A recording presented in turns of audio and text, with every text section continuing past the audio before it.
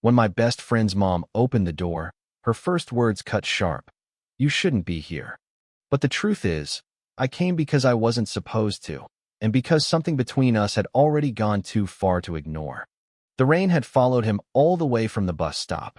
By the time he reached the porch, his hoodie clung to his skin, heavy with the smell of wet concrete. He hesitated, knuckles hovering in the damp air, before finally knocking. The door opened slower than he expected. Warm light spilled across the doorway, brushing over her bare feet, the hem of her sweater brushing her knees. She looked at him the way someone looks at a dream that refuses to end, half disbelief, half irritation, and something else she didn't want to name. You shouldn't be here. Her voice was even, but the way her fingers tightened on the edge of the door gave her away. He shifted, water dripping from his sleeve onto the welcome mat. That's exactly why I am. For a moment, neither of them moved. A clock inside ticked, louder than it had any right to be. Somewhere down the block, a dog barked and then fell silent again. She sighed, but didn't step aside. It's late. Your friend isn't here. I know. His words came out too quickly, too sure. He swallowed, eyes flicking past her shoulder to the living room. Half-drunk coffee on the table, a folded blanket on the couch, a lamp flickering against the storm outside. He wondered how long she had been sitting there alone before he knocked. Her arms crossed, sweater sleeves falling over her wrists. Do you have any idea what this looks like? He almost laughed, but stopped himself. I don't care what it looks like. The silence that followed was heavier than the storm. She looked at him long enough that he felt exposed, like she could see every reason he hadn't been able to stay away. His chest tightened under the weight of her unspoken question. Why? Finally, she stepped back. Not quite an invitation, but not a refusal either. He brushed past her, careful not to let their shoulders touch, though the nearness made his breath hitch. Inside, the air smelled faintly of coffee gone cold. She closed the door with a soft click, leaning against it for a beat before moving to the kitchen. I don't know what you expect, she murmured, pulling a mug from the counter. He sat on the edge of the couch, dripping onto the rug. Nothing, just not silence. Her hands paused over the kettle. She didn't turn, but he saw the faint tremor in her shoulders. When she finally poured, the sound of water against porcelain seemed louder than the rain. She handed him the mug without meeting his eyes. Their fingers almost touched, almost. He took a careful sip, scalding his tongue, but didn't flinch. For a long while, they said nothing. Just the clock ticking, the storm muttering against the windows, and the faint hum of two people trying not to admit why they needed to be in the same room. Her voice broke the quiet, softer this time, almost to herself. Just don't make me regret this. The train's taillights blurred into the darkness, leaving him standing on the empty platform with damp hair plastered to his forehead. He cursed under his breath and shoved his hands into his pockets. The station smelled faintly of oil, wet metal, and old coffee from the vending machine by the benches. When he turned, he wasn't expecting anyone else. But she was there, sitting with a paperback closed on her lap, her coat pulled tight, eyes lowered as though she'd been waiting for something that never came. She looked up, startled when he stopped a few feet away. The fluorescent light above her flickered, then steadied. You missed it too? He asked, his voice breaking the quiet in a way that almost felt intrusive. Her lips curved in a small, almost ironic smile. Story of my life. He sat 2 benches down, leaving space between them. The silence settled again, punctuated by the hum of the machine and the occasional creak of the old wooden beams. He found himself watching her hands, the way her thumb pressed against the edge of the book. She glanced at him once, then back at the tracks. You're too young to be stranded here at night. He tilted his head, caught between amusement and defiance. And you're too smart not to know that age doesn't keep anyone from missing trains.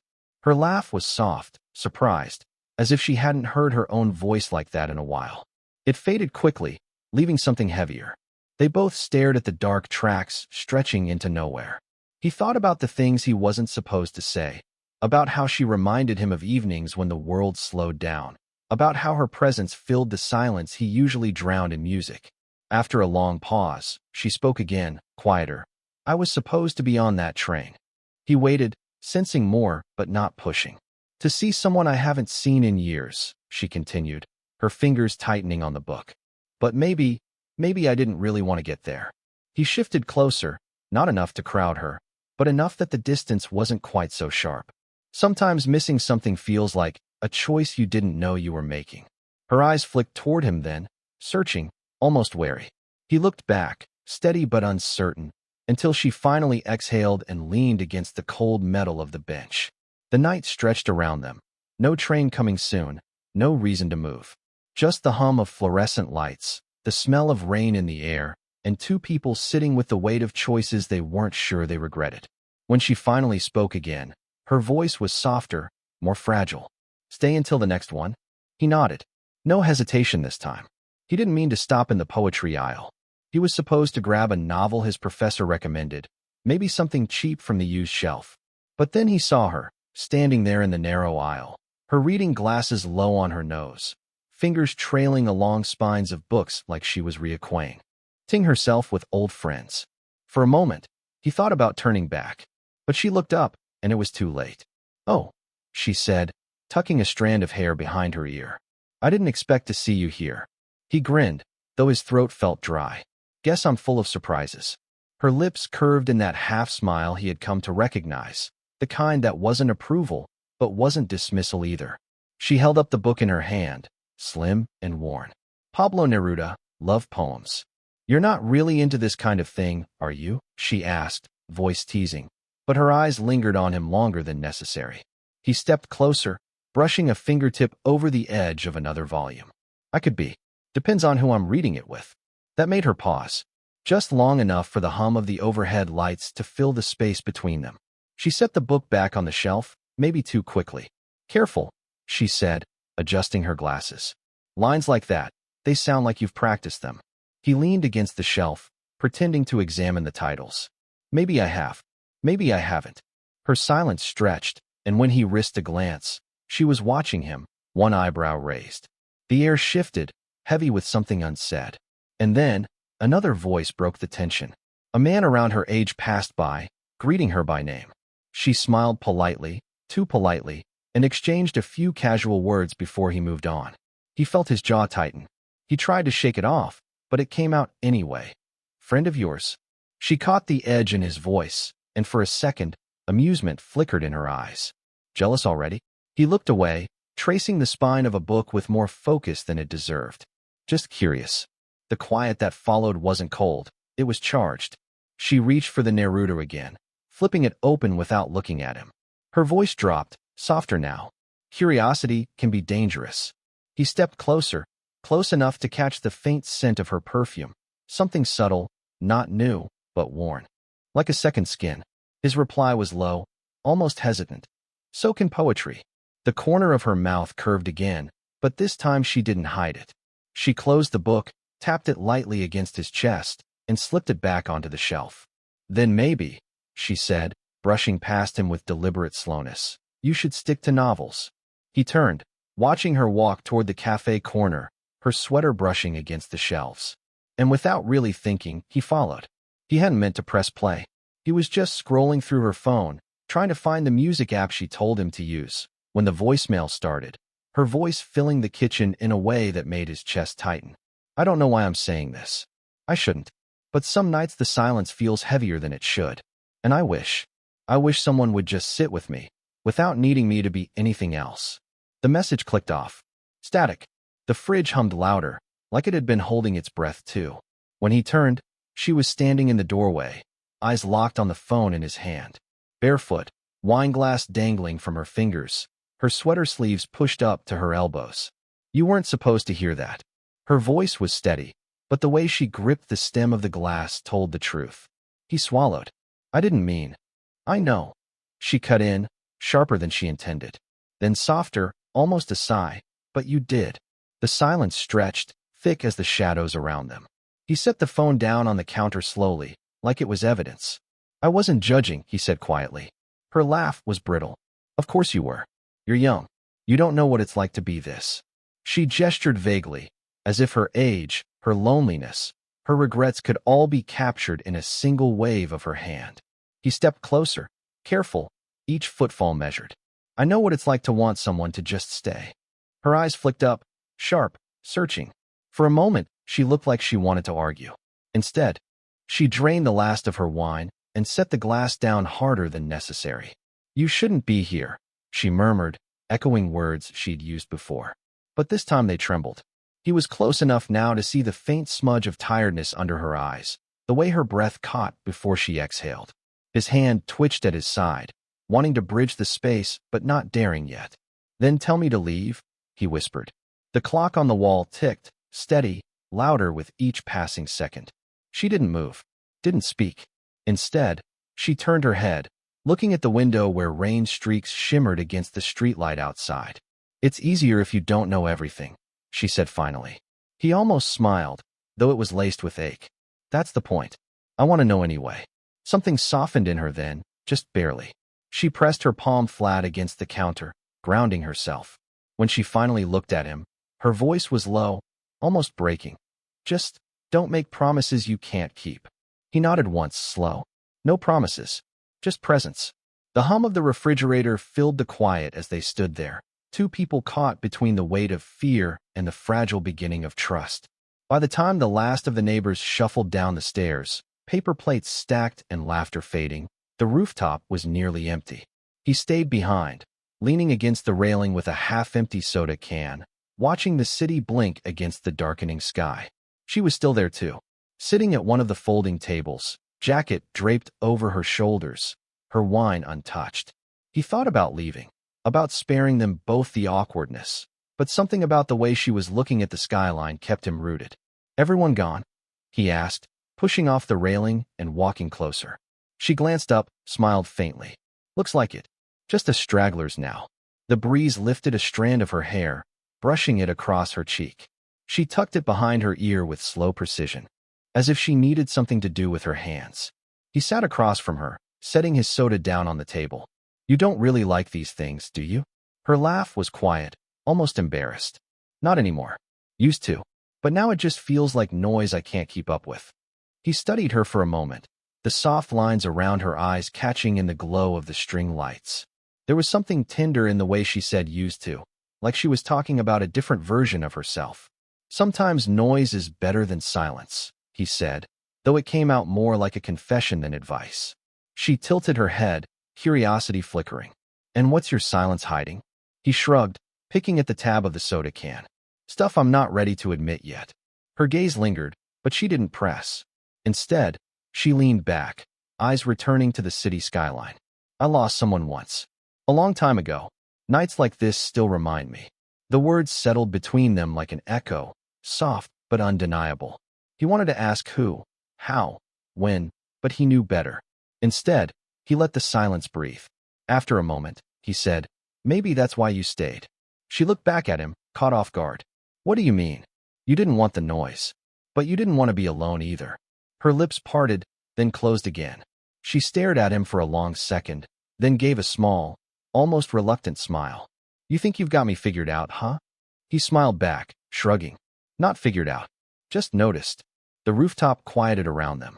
The hum of traffic below faded into the distance, leaving only the soft creak of the railing and the faint buzz of string lights. She lifted her glass finally, taking a slow sip. When she set it down, her voice was softer.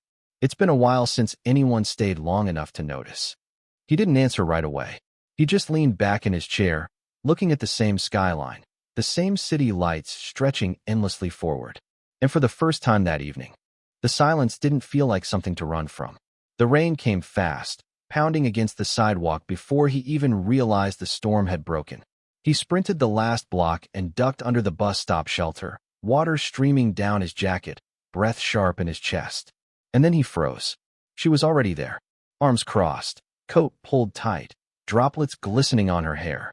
She didn't look surprised, just resigned, like the universe had played some quiet trick on them. For a moment, neither spoke. The rain filled the silence, hammering on the tin roof so loudly it drowned out his thoughts.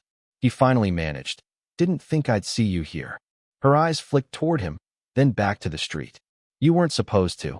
The words stung more than he expected. He shoved his hands into his pockets, rocking on his heels. The shelter was too small. Every breath, every shift, felt magnified.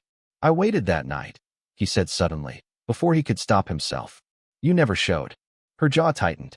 A bead of rain slid from her hairline down to her jaw, but she didn't brush it away. I couldn't. You know why? He wanted to push, to demand more, but the storm outside seemed to mirror the storm in his chest. Instead, he asked, softer, was it because of me, or because of you? That made her look at him, really look at him. There was something raw in her gaze, something he hadn't seen since the last time they were together. Her lips parted, then closed again, like she was choosing silence over confession. The bus roared past without stopping, sending a spray of water across the curb. Neither of them moved. Finally, she said, barely audible over the rain, I thought walking away would make it easier. And did it? His voice cracked, too honest. Her laugh was hollow. No. Something shifted then, small but undeniable. The rain kept hammering, but inside the shelter the air thickened with everything unsaid. He took a half-step closer, close enough to see the faint tremble in her hands. You don't have to keep punishing yourself, he murmured. Her eyes glistened, not with tears, but with the weight of unspoken years. You make it sound so simple. Maybe it is. For the first time, she didn't turn away. She held his gaze, the storm raging around them, and let the silence stretch until it felt less like a barrier and more like a bridge.